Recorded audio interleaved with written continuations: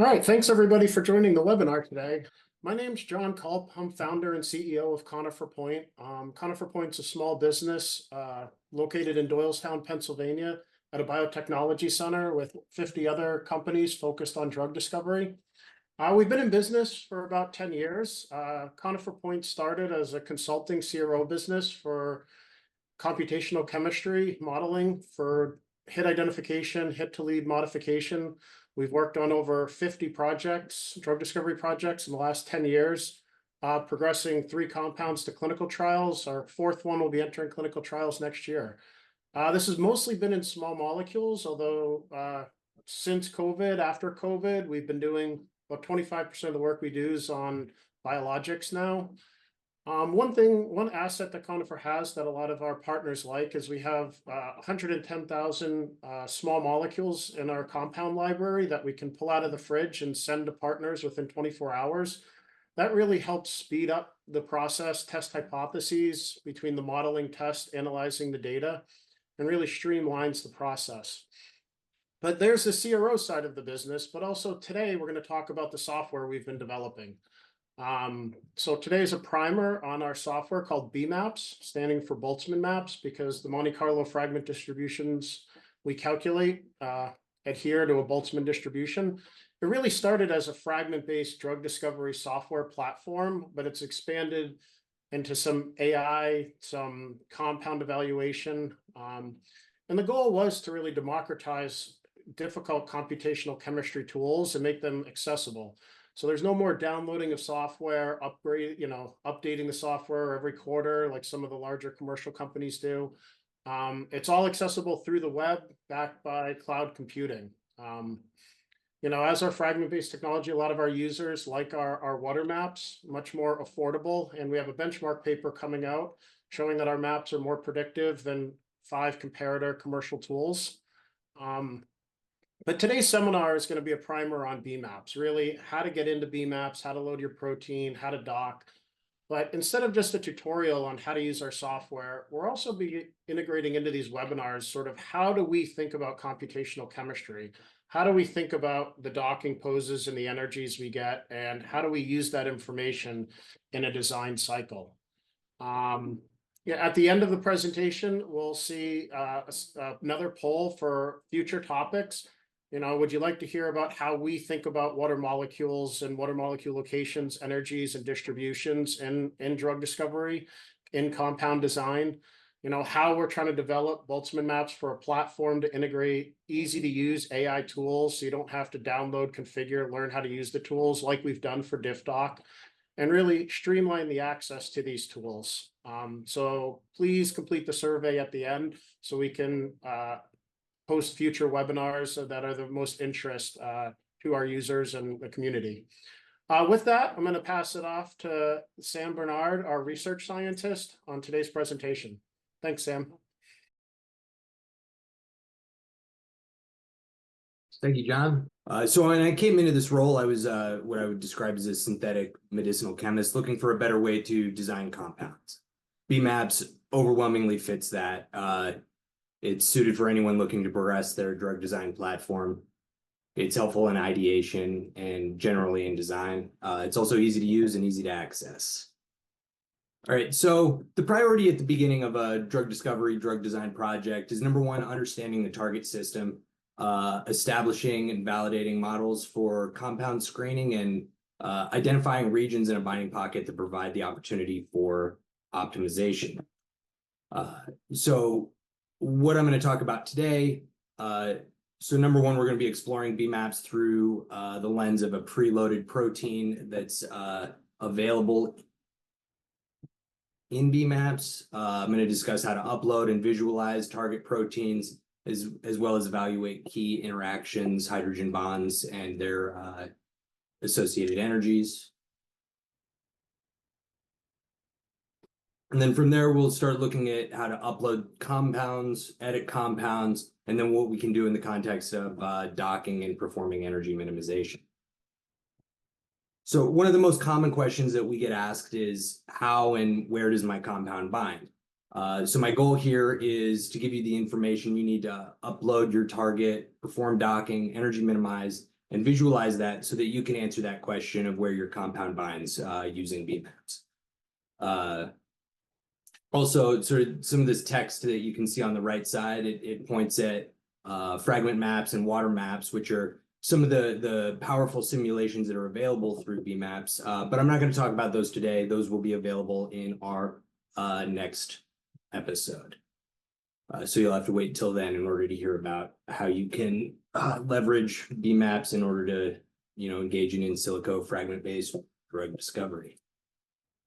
All right, so sort of as an intro to Boltzmann maps and what it looks like, you're greeted with this page that's seen on the left here. So this is the Welcome to BMaps page. Here there's some common tasks and additional information are highlighted. In particular here, you can see this view structure by PDB ID that brings up the add protein page. Additionally, from the workspace, once you're in the starting screen, you can also click in the upper left, choose protein, and again, access this add protein page. Here you can see there's a number of tabs. You can search structures in order to go through the various preloaded structures that are available. We have over 500 currently. Additionally, you can upload protein data that you have perhaps from internal crystal structures, or pull straight from the PDB or AlphaFold, where we have access to all of the structures that are presented there. So here's just a quick video of time. It's fairly simple. You just click on the choose protein, up a structure. So I'm going to pause it here. So at this point, I'd like to introduce 4YZU. So this is it's a vitamin K dependent plasma protein. It's involved in the coagulation pathway. And the compound in this crystal structure you can see is bound in the lower left here, but also in BMaps you can see the two-dimensional structure again in the lower left. So this is it's a 6 micromolar hit that is part of a class of compounds that you would consider anticoagulants. And so we'll take a look at this structure and use this as we're looking at docking and some of the other features that we're going to discuss today. So beyond pulling it as an preloaded structure, we can also go over into import from PDB, simply type in the PDB ID and pull up a fresh structure here.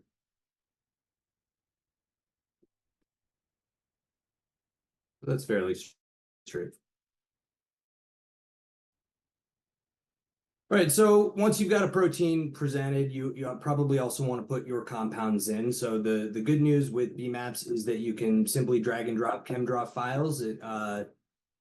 Additionally, it supports SDF and Mol2. So that is completed just by clicking on the Add Compound icon in the upper left here, and then dragging and dropping into the compound import window. And here's an example of that. So in this case, it's a Mol2 file that I put together. This includes some of the other compounds presented in the 4YZU entry paper.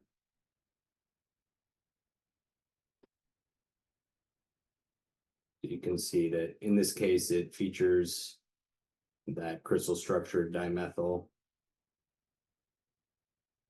and some other various structures, the benzimidazole without any methyls presented.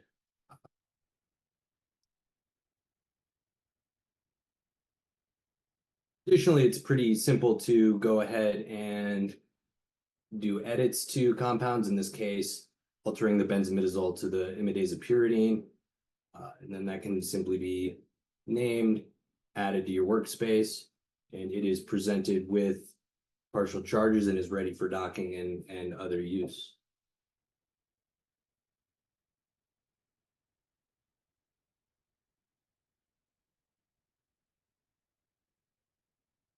Right. All right, so one of the major benefits of BMaps as an analysis platform is the quantification and easy access to calculated energies for, say, hydrogen bonds. And you can see, again, here's that ligand placed in the full-size protein. To the right of that, this is the sort of ligand view of that ligand. And then in the farthest right, I've just rotated this for sort of a top-down view to give a better visualization of this hydrogen bond here between glue 217 and the proton off of the benzimidazole here. So very easy to see right out of the PDB as imported. This is a hydrogen bond with an energy of negative 6.4 kcals per mole. And we'll, I think, take a look at some other visualization here in the next slide. So it's also it's advantageous to be able to modify and customize the view of a target. And so here are just a couple of examples of what you could potentially do with that. So upper right image here, these green spheres represent areas with calculated desolvation energies. Note that these are all highlighted as green, which indicate that they have favorable desolvation energies.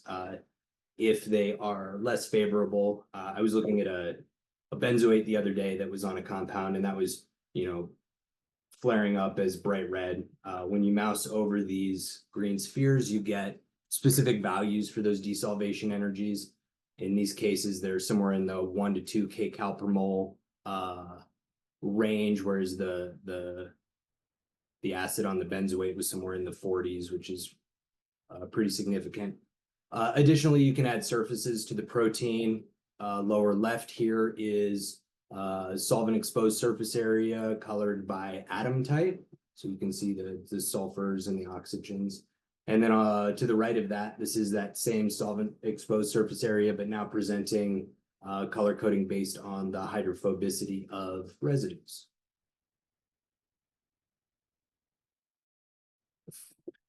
Capturing some of those different modified views here. Thought that it was important for the scope of this to show it in these videos, just so that everyone would get the opportunity to see how it's done rather than just what you can see.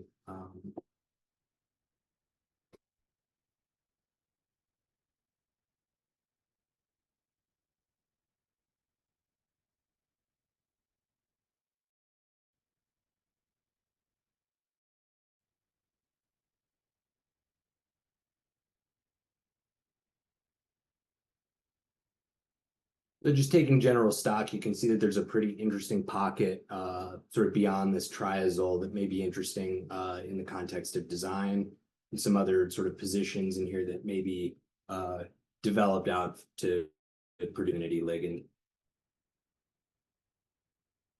All right, so a key component of sort of this type of crystal structure analysis is minimization, which is in this case, it's optimization of ligand geometry in order to find the lowest energy conformation of the ligand. So that includes altering sort of rotations, sampling various potential hydrogen bonds, as well as sort of internal energy such as torsional and angle-based energies. So you can see in gray here on the left, this is the crystal structure ligand as imported. And then in blue in the middle, this is the same ligand, but after it's been through minimization. Looking at this glue 217 to benzimidazole hydrogen bond, you can see that the energy was initially negative 6.4 kcals per mole, but after minimization, that's become a stronger hydrogen bond. Additionally, there's a second hydrogen bond that's found between the amide and I think it's the backbone of glycine 216, sort of tucked away here. So additionally, you can see that upon minimization, there's better overlap between that phenyl and the amide, or sort of planar alignment. And then when we look at sort of these energy scores, you can see that 4K61, which is the minimized ligand, is of a stronger energy score compared with the original import.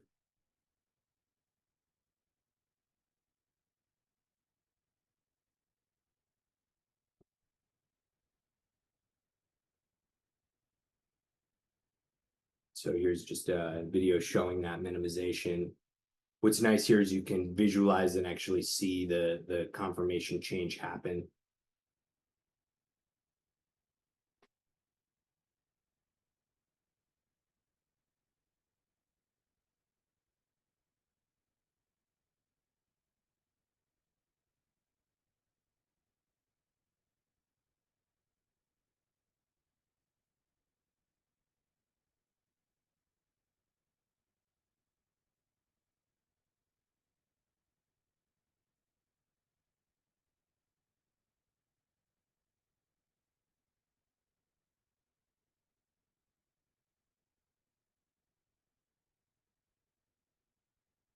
Yeah, so in this minimized structure, you can see that the amide and the phenyl are now in plane compared with the non-minimized structure where they're sort of at an angle to each other. All right, so sort of the main staple of one of the big staples of computational chemistry is docking. So this is a modeling task that's very easily accessible in BMaps, and essentially how docking works is you take a grid. It's somewhat difficult to see in this image, but it's this cube, this box that surrounds the ligand. And so within the grid is defined sort of everything associated with this rigid protein environment. And then different conformations of the ligand are sampled and scored based on electrostatic interactions, van der Waal contacts, and ligand torsion. And then the output of docking is a number of top scoring poses. So what do we have here? So on the left, this is that grid. You can see sort of the standard view for factor 9. And then on the right, so this is in teal, this is the best pose that was found laid over gray, which is the minimized copy of that. Now, typically in terms of what is always step one with docking is redocking the crystal structure ligand back into place to see, and you're looking, is it matching the pose? Are we getting consistent energies, consistent hydrogen bonds? Does this pose that we're seeing as a result of docking, is it number one, consistent with what the crystal structure presents? And does it make sense? Are we seeing things that we would expect to see? And that gives us some sense of the validity of that docking method and the settings that are being used.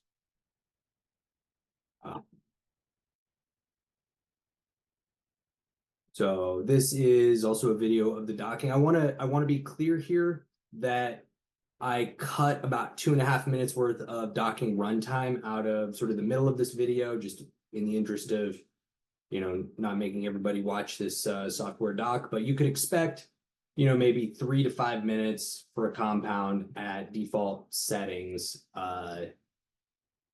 for docking. So you can see that, pause it right there. So what I did is I took this ligand, but it is currently outside of the docking, sort of outside of the binding pocket.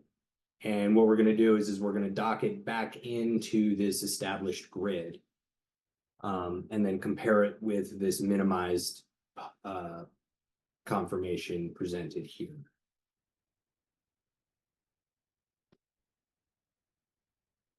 See, I just took default settings and docked, and this is where I cut a couple of minutes out.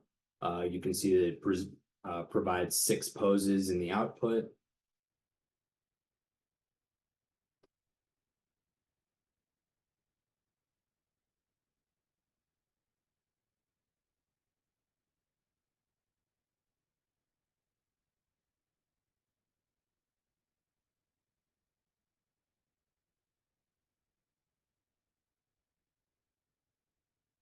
Sort of the step in between comparison and having your docked poses is you want to go through and re-minimize all of those docked poses. That's going to ensure that their orientation is the best fit within the protein structure.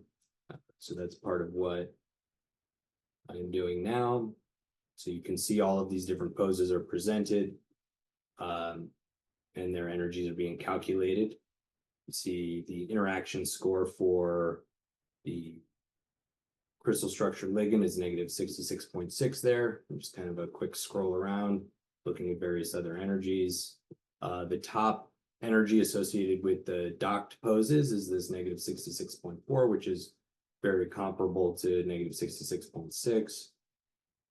So if we take specifically that pose and overlay it, you'll see that we get very good alignment with the minimized crystal structure ligand position.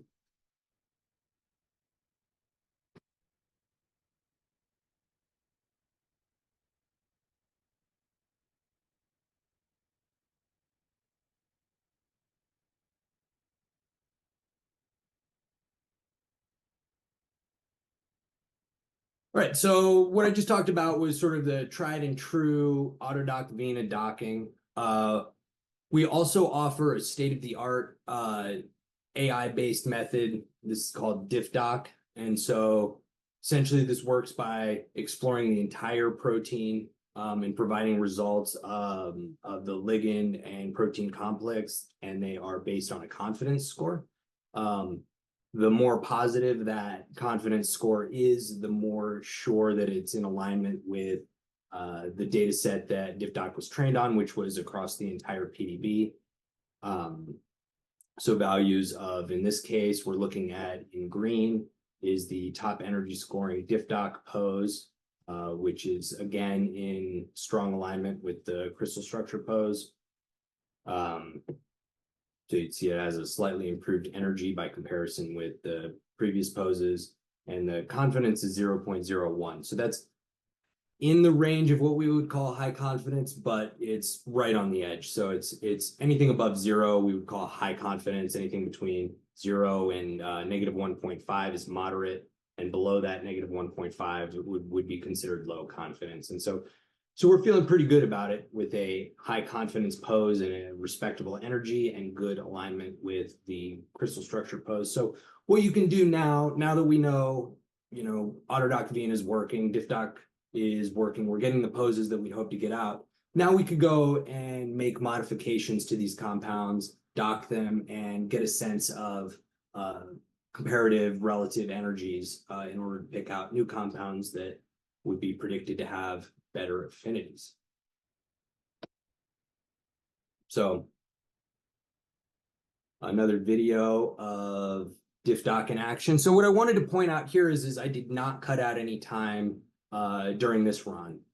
And so you'll have to sit here for maybe 20 seconds while it's going through runtime, but that means it was able to dock and establish high quality poses very, very quickly. And so that's one of the exciting things about DiffDoc is, number one, it's sampling the entire protein rather than just what's within a grid. And it happens on a very quick sort of basis.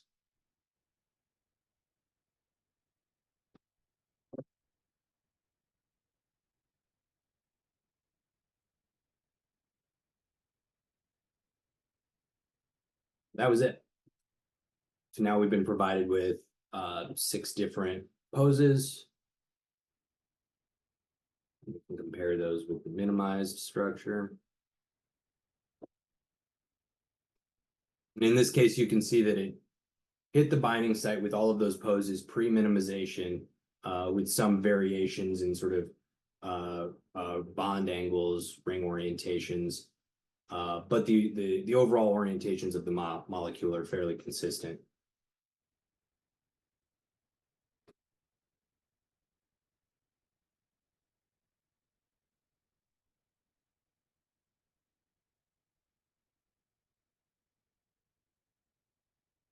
In this view, we get to see all of those compounds relax into low energy states.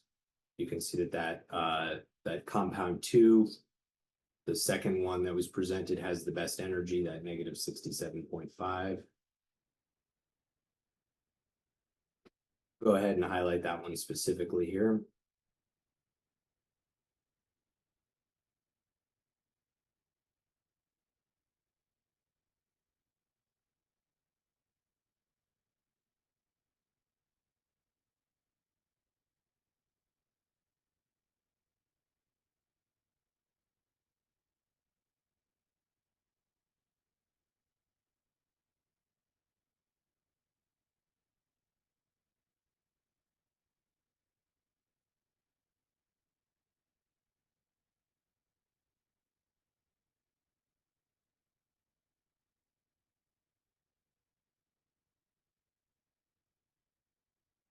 Right, so transition from docking and docking validation into sort of compound optimization. BMaps provides some tools that can help. And some of those here are in the context of properties. So you can see that,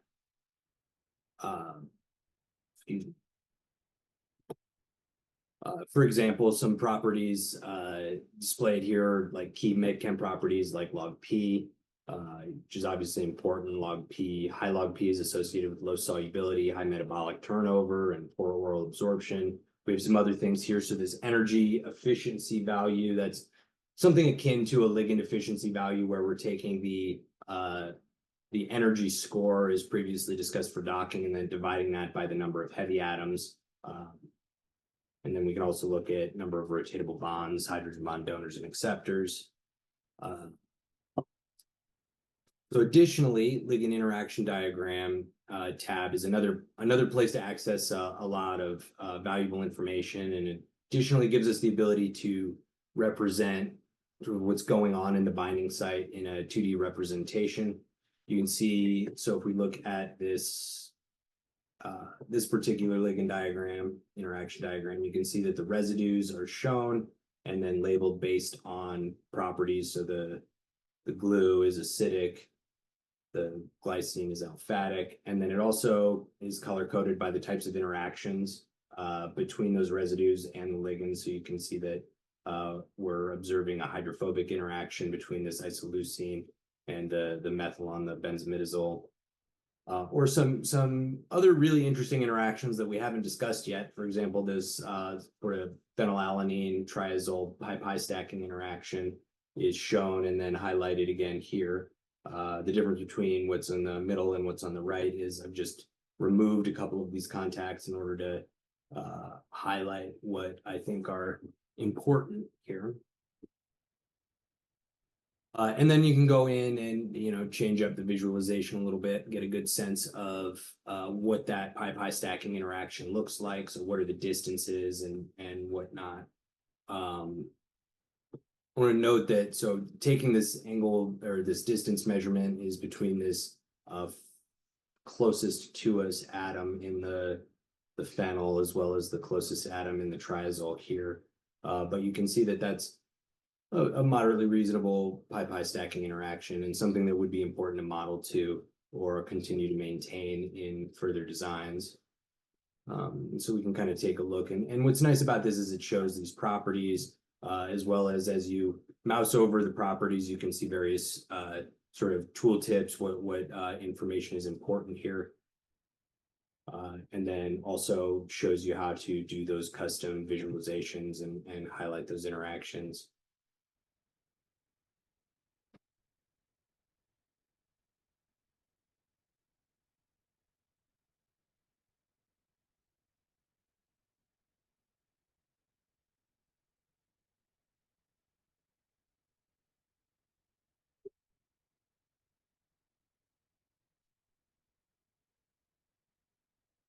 See polar surface area, count of heavy atoms. In this case, there's obviously no charges, but there are some key hydrogen bond donors and acceptors. And then you can start thinking about things like, Lipinski's rules and saying, hey, how many hydrogen bond donors and acceptors does it have? How's the log P? How's the molecular weight? Is this going to be something that could potentially be progressible?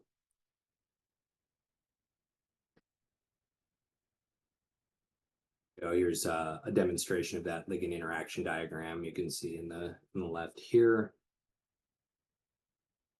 So in this case, we can toggle away from some of those van der Waal contacts. We can remove the hydrophobic interactions and strictly highlight the hydrogen bond interactions. So you can see that this is a little bit different in the context of that triazole in terms of what pi-pi stacking interactions are shown. So I went and highlighted those.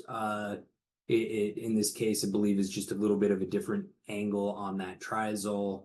Now sampling the tryptophan as well as interacting with that phenylalanine.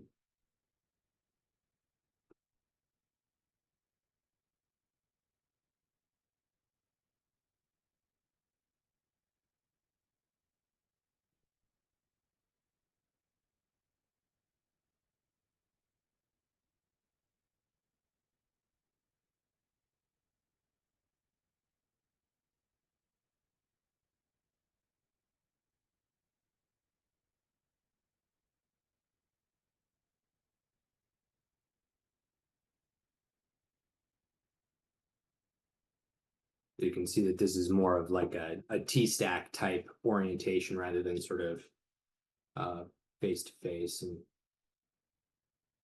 so that represents a pretty interesting residue, both in terms of being able to, target it for pi stacking interactions, but if we could potentially access the bottom of that as a hydrogen bond donor, that could be a very potentially valuable residue to target.